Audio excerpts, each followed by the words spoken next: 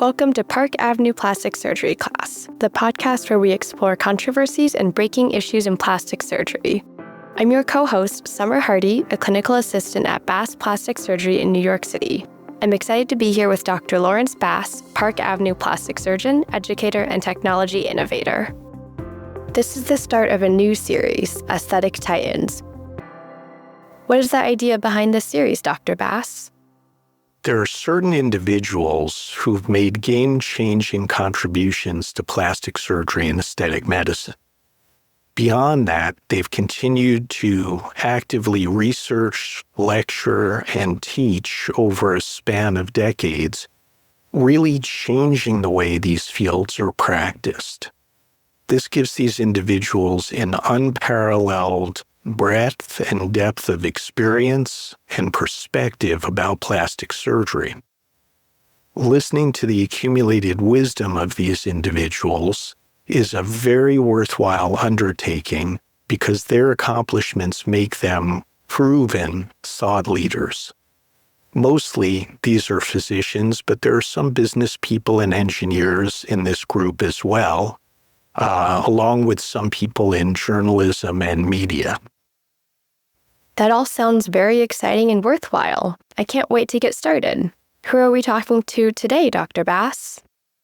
I'd like to introduce Dr. Jean Carruthers. Dr. Carruthers is an oculoplastic surgeon who practices in Vancouver, British Columbia. She pioneered the development of treatments using Botox for aesthetic purposes. Since then, she's lectured thousands of times worldwide and written hundreds of scientific publications on these techniques and many others in aesthetics. She is a clinical professor of ophthalmology at the University of British Columbia in Vancouver. I'm delighted that she has agreed to join us for an episode of the podcast to discuss the history of Botox, as well as cutting-edge advances and her vision of future trends. Welcome, Dr. Carruthers. Thank you so much. How did you get involved with aesthetics? Was it Botox or did it precede your work with Botox? I knew about aesthetics because my husband is a dermatologist, but I didn't realize that I would ever get involved with aesthetics. And it was really the fact that I had done a fellowship with Dr. Alan Scott in San Francisco at the Smith Kettlewell Institute of Visual Sciences on the use of botulinum toxin A to treat misaligned eyes and also to treat blepharospasm, where the eyelids really spasm shut, so a person can't safely cross the street or drive a car. So when it was one of those patients who got angry at me, she said, "You didn't treat me here." And I apologized to her and said, "I'm so sorry, but I didn't think you had been spasming there." And she said, "Oh, I know I'm not spasming there. But every time you treat me there, I get this beautiful, untroubled expression." And that was when the penny dropped, because my husband had explained to me that it was very difficult to get a natural result with the face at rest and the face moving with the currently available treatments for glabellar frown lines. Collagen, fibril, fat, autologous fat. So that was when the penny dropped that we should maybe do a study. So that's how I got involved, because I was definitely a therapeutic doctor before that. Okay, thank you for sharing. You touched on it a little bit, but could you tell us about the early days with Botox and when you really realized that the aesthetic potential was there? So it was a long time to get that realization, because we started out in a study, and it took us several years to get enough patients to publish. It took us until 1992 to get 18 patients from 1987. So that's a lot of patients would say, "Well, I don't know, it's poison, isn't it? I don't think I want to be in your study." And so we realized what we had to do was to walk a walk. So I got Alistair to inject my glabella. And then they would say the poison thing. And then I would say, well, what do you think? And I'd pull out my picture of my big frown lines, which I had lovely ones before. And what do you think? That's made my bangs back and show that there's not a single frown line. And they'd say, oh, do it. That would be great. And so that's the story, is you have to walk the walk if you want to show that you believe in it, if you want other people to follow you. And now I say proudly, I haven't frowned since 1987. That's really interesting. Where has Botox gone from this focused start then? It's really gone so far. It is now the commonest cosmetic procedure performed worldwide. It is accepted by all the generations, perhaps more by the millennials than any other generation. It has gone from the glabella, where we started it, all over the face, now the neck, and into other neck muscles, the bladder, the back, shrinking the calves, treating scars, preventing scars, treating other things that people had never thought of before, such as emotional states, such as depression and social anxiety, and also treating self-esteem. It improves self-esteem as well. So it's a huge thing that it's gone from being a more obvious treatment, treating cosmetic things that you can actually photograph, to now you need to use a different measuring device, such as a scale of how somebody is feeling. There are a lot of validated scales for the emotional states. So it's really just galloping on into a whole new arena from the aesthetic world.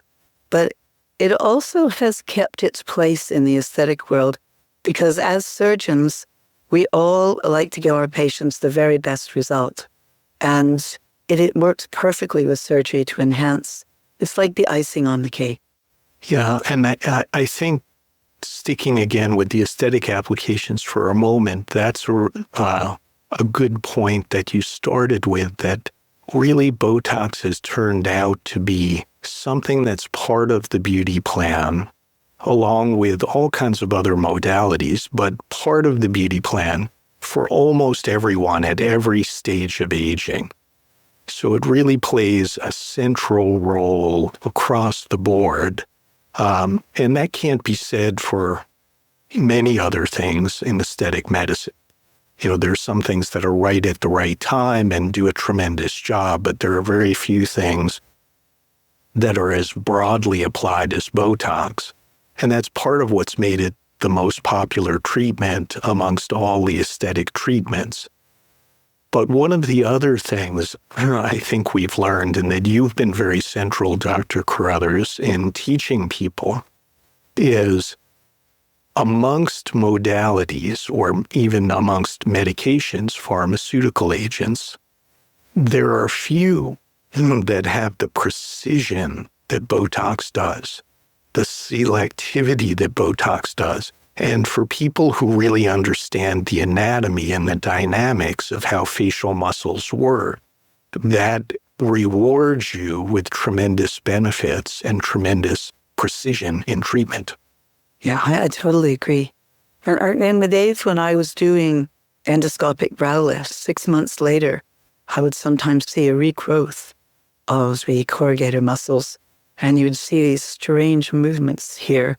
And rather than have to go in again surgically, a little Botox would solve the problem. I think that I totally agree with you that it's the young people who start with the Botox. But as the aging process comes along, they add in the surgical procedures, because Botox, wonderful as it is, can't do everything. So, changing gears a bit, this has been a really interesting discussion, but I'm curious, what is the mix of services in your practices today? I used to do a lot of surgery, blepharoplasties, facelifts, liposuction. But now I have confined myself to neuromodulators, fillers, and energy-based devices, such as intense pulse light and the various devices that are used to resurface, such as microneedling and also ultrasound devices that tighten skin. There are a lot of combinations that I do of those things. And so we also have added in devices that electrically stimulate muscles, so that one treatment of the abdominal muscles will be the equivalent of 54,000 punches, and also will change your shape and improve your waistline. So the other thing that we're doing now is treating more people who have a lot of laxity in their skin because they've finally lost all that weight they wanted to lose using one of the GLP drugs such as Ozempic. And I think that has made liposuction perhaps less important, but skin tightening way more important, skin lifting way more important. That's really interesting, and it's a perfect illustration of how the aesthetic marketplace never stands still. Because laser liposuction was a big thing 5 or 10 years ago. 10 years before that, there were big surgical treatments for post-bariatric surgery patients who had a loss of 100 pounds or 200 pounds in some cases. But the advent of the GLP-1 medications like Ozempic has created yet another pivot in the body contouring marketplace that really creates a lot of opportunity for patients that didn't exist before, that were having a lot of frustration with body contouring, but now have a good option. But there are still related issues that the aesthetic medicine physician needs to jump in on to help those patients as well. So you answered about your practice in particular, that at this point you're essentially non-surgical, but I'm curious to hear your perspective on the role of, let's say, in facial rejuvenation, surgery versus non-surgical treatments. I think that there's a change in where the transition is between surgery and non-surgery. So supposing you have a person who's 45, say, and her brows have come down, probably you're going to start treating that person these days with Botox in her brow depressor muscles in order to lift her brows. And that may obviate the need for a blepharoplasty, an upper bleph, for some time. She may buy 2 or 3 years. But eventually, the dermatochalasis, the sagging, will require a little work with surgery. And I think in the lower face, there's a great place you can lift the jawline nicely using Botox in the platysma muscle, because the platysma now goes from the collarbone up and interdigitates in the lower third of the facial muscle. So it's really a facial muscle as well. But it's one of these bidirectional muscles. When it contracts, it can pull the lower face down.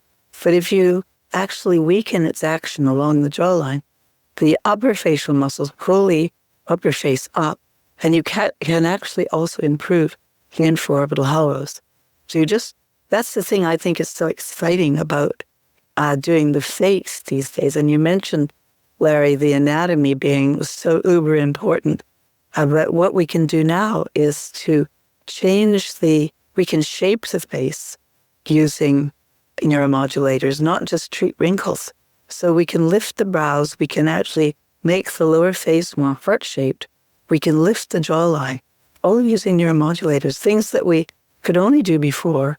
This sort of change in a way of thinking about neuromodulators and binding that thinking into the real anatomy has allowed us this whole new play.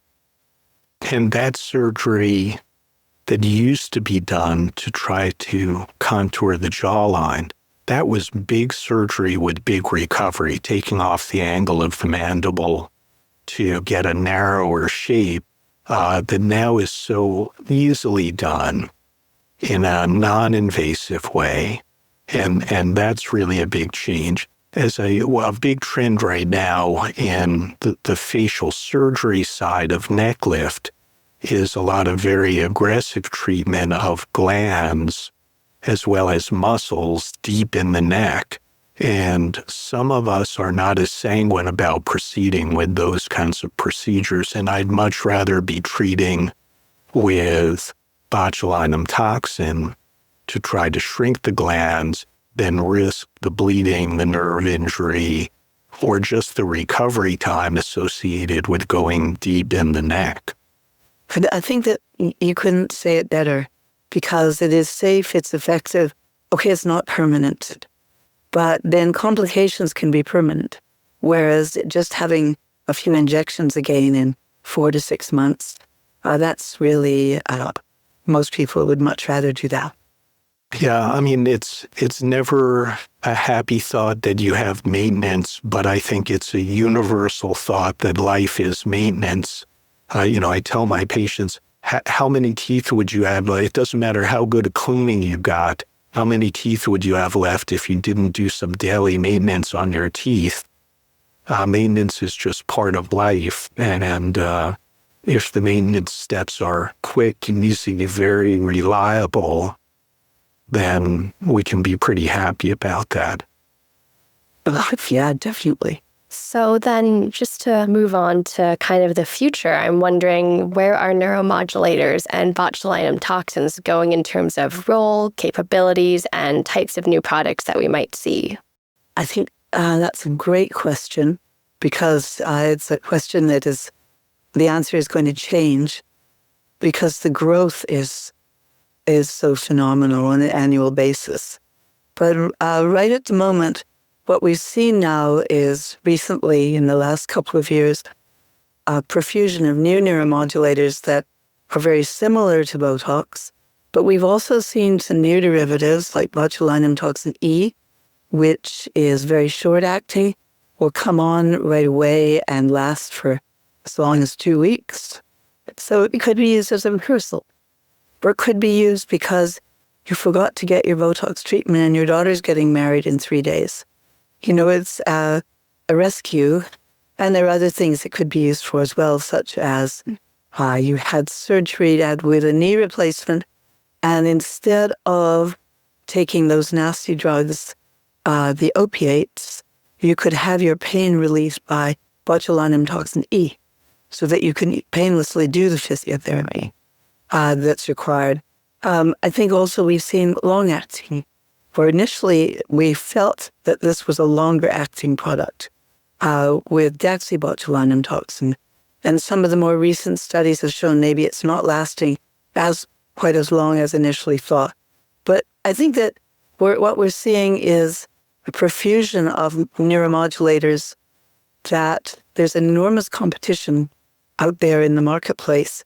But I think we're seeing some changes in what's in the bottle as well, between products that have only the 150 kilodalton moiety, like Xeomin, or Revance that have the 150 kilodalton moiety with a small peptide chain, rather than the big overcoats, if you will, of complexing proteins. So there's interesting, too, what's happening is that it's not just plastic surgeons and dermatologists and oculoplastic surgeons and ENT people that are using botulinum toxin now. It's a whole lot of people. And so when we see our patients, we must be sure that we know what else is going on in their treatments from other physicians. For example, somebody gets 400 units into their neck for cervical dystonia and 500 units into their bladder. And now they come in and want to have cosmetic treatments on their face, another 50 or 60 units. We know that immunogenicity is much more common in the higher doses. So it's very important, if you know that people are getting these big doses elsewhere, to adjust your timing so that you don't do treatments too quickly, so that you're not immunizing somebody. Yeah, these are really important points. And it points up why, and this is something we talk about a lot on the podcast, why it's important to have a relationship with a physician who's treating you, who understands your entire aesthetic plan, not just that you're getting 20 units of Botox today in your 11s, that's coordinating what happens to you, watching how things change as you age. And separate from that, I think in addition to the new products, we're seeing a lot of tinkering by the physicians, which we can term customization, with how much dilution is being used, what kind of injection patterns. And that customization is letting us, again, target the results we're aiming for more precisely, more effectively, and perhaps more durably, because there's some argument about whether it's concentration effect in the injection or other things that's contributing to some of the durability seen in some of the recent studies. So, physician input as well as medical marketplace, pharmaceutical input is going to probably continue to evolve what we're doing with the neuromodulators. I totally agree. The high-dose studies that you're referring to were really remarkable in how it increased the length of time that people had a response. So I think that's something that a lot of people are interested in. And I think, too, that you need to be really aware of which neuromodulator you're using and get really familiar with one or maybe two, rather than having a real panorama of neuromodulators, and also having them in different syringes so that you can tell what's what. Yeah, I mean, that's interesting because, you travel the world and you talk to everyone. And I talked to some of my European colleagues, and they have dozens of products between injectable fillers and neuromodulators, dozens in their office. And I think we're not quite as overwhelmed with product spread the way Europeans are, and probably some of our Asian colleagues. In North America, we have a lot of products, but much more confined number that's much more thoroughly studied. And again, from a safety point of view and a consistency in terms of producing results for patients, I think that helps us in a lot of ways. I agree with you. This has been a really interesting discussion to listen to. I'm curious in the broader sense now what your vision for the future of aesthetic medicine and surgery is. Well, I think it's not going away. I think it's going to carry on very exponentially. When you look at the millennials, boomers are initially very hesitant because they were the product of a generation 4 that went through world wars, very frugal. And then boomers were rebels, and they actually decided that this would be a good thing. And luckily, luckily for the products, as boomers became the predominant members of the population, it became very happy for them to have treatments that were simple and to apply, because they're looking after their aging parents and after their children. Well, along come the X and then the millennials, a little bit different, because millennials actually are quite into prevention. And they've seen how the boomers look, and they would like to look better than their parents. And they're quite willing to do that. And it's interesting that even though they don't have nearly as much money as their parents, already they're spending twice as much on self-care as their parents. Plus, they are sharing the information about their treatments on the internet, which most boomers don't want to do. And then Generation Z come along. It's always been there. There's always been. It's like Kleenex, Botox. It's always been there. And there's no stigma whatsoever. So people are sharing even before they've left the office, and what they've just done. So I think that the power of that change of attitude in the millennials in particular, plus the power of magnification given by the internet, are just going to, and the lack of stigma, it's just going to make sure that new developments carry on. People are going to be excited to try them, share the results. So I think that's one big thing for the aesthetic part. But I think that the emotional part is going to really grow as well, because if you could have a treatment, which is just like treating for the frown lines for your depression, and in 9 out of 10 patients in one study and 52% in another study, and there's many other studies, you get these lovely results of no depression lasting for 4 to 6 months without the side effects of the SSRI group, where people gain weight and lose libido. I mean, it makes so much sense. So I think look good, feel good, and do even better. Absolutely. I'm curious to hear your thoughts about microneedling with Botox and effects of Botox on sebum production. Yeah, I think it works really nicely. I haven't, most of the work on sebum, I think, has been by injection and people trying to get as intradermal as possible. So I think the microneedling is a good idea as long as you get the neuromodulator on there quickly. It's just very difficult to get that huge molecule through the stratum corneum and into the lower dermis.